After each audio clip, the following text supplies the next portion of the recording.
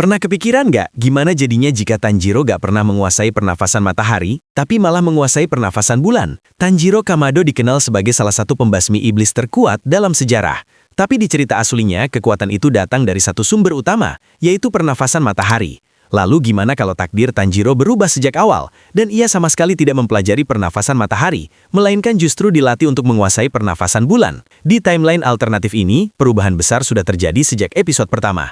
Saat Tanjiro pulang ke rumah dan mendapati seluruh keluarganya dibantai, ia tetap berusaha melindungi Nezuko yang telah berubah menjadi iblis.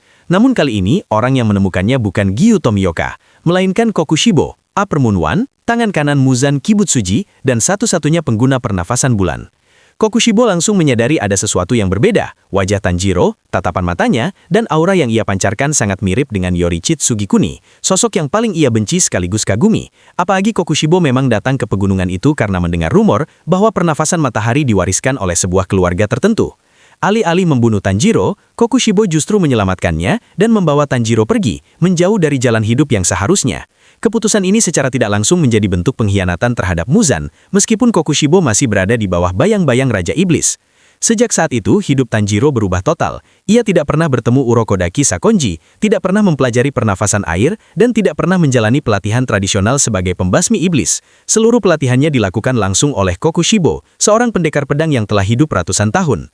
Karena dilatih langsung oleh Upper Moon One sejak nol pengalaman, gaya bertarung Tanjiro berkembang sangat berbeda. Tidak mengalir dan fleksibel seperti pernafasan air, melainkan tajam, agresif, penuh tekanan dan mematikan. Sebuah gaya yang bahkan terasa seperti milik iblis. Saat mengikuti seleksi akhir, Tanjiro muncul sebagai kandidat misterius. Tanpa banyak kesulitan, ia bertahan hidup dan lulus dengan sangat mudah.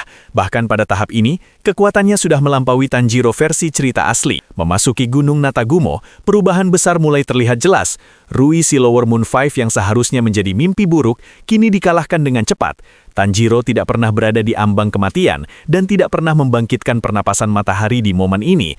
Bagi Tanjiro, Rui hanyalah batu loncatan. Di kereta Mugen, Tanjiro tetap ditemani Kyojuro Rengoku. Mereka berhasil mengalahkan Enmu tanpa masalah besar. Namun segalanya berubah saat Akaza muncul. Begitu merasakan teknik pernapasan Tanjiro, Akaza langsung terkejut karena ia menyadari itu adalah pernapasan bulan milik Kokushibo. Akaza langsung menganggap Tanjiro sebagai ancaman besar di masa depan dan mencoba membunuhnya terlebih dahulu. Namun Rengoku menghentikannya dan memaksa pertarungan 1 lawan 1.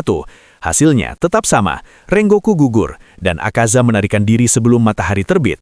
Akaza kemudian melaporkan kejadian ini kepada Muzan Kibutsuji.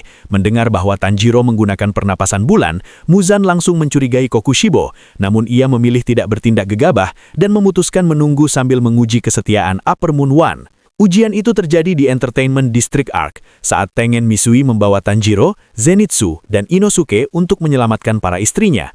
Namun di pertarungan puncak, Kokushibo muncul atas perintah Muzan. Kokushibo dengan mudah mendominasi Tengen Uzui.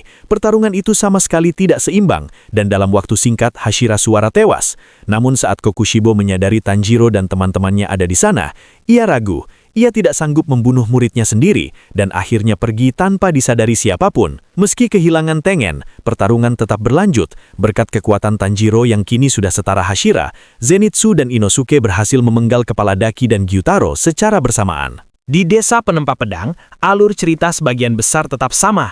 Tanjiro bertemu Hotaru Haganezuka, Mitsuri Kanroji, dan Muichiro Tokito, lalu menghadapi Kyoko dan Hantengu. Kedua Upper Moon itu berhasil dikalahkan, dan Nezuko terungkap kebal terhadap sinar matahari. Fakta bahwa Tanjiro masih hidup dan berperan besar dalam kemenangan ini membuat Muzan yakin sepenuhnya bahwa Kokushibo telah berkhianat. Muzan pun memanggil seluruh Upper Moon ke Infinity Castle. Di hadapan semua iblis terkuatnya, Muzan mengancam Kokushibo, dan tanpa banyak kata langsung memenggal kepala Upper Moon One, mengakhiri hidup pendekar terkuatnya sendiri. Tanpa Kokushibo, pertempuran di Infinity Castle berubah drastis. Para Hashira tidak perlu menghadapi Upper Moon One, sehingga mereka hanya menerima luka minimal dan berada dalam kondisi jauh lebih baik saat menghadapi Muzan di pertarungan terakhir. Namun masalah terbesar tetap ada. Tanjiro tidak memiliki pernapasan matahari. Meski semua pembasmi iblis membangkitkan Demon Slayer Mark dan menggunakan pedang Nichirin merah, mereka hampir gagal mengalahkan Muzan. Satu-satunya pilihan adalah menahan Muzan hingga matahari terbit. Strategi itu berhasil, namun dengan korban besar.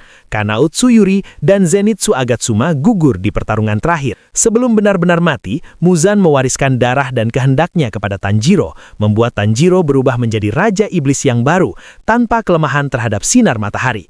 Tidak ada siapapun yang bisa mengembalikannya menjadi manusia, dan dengan berakhirnya era Muzan, dunia justru memasuki mimpi buruk yang lebih besar. Inilah harga dari pilihan Tanjiro mempelajari pernapasan bulan sejak awal. Alih-alih menjadi pahlawan penyelamat umat manusia, ia justru naik tahta sebagai Demon King yang sempurna.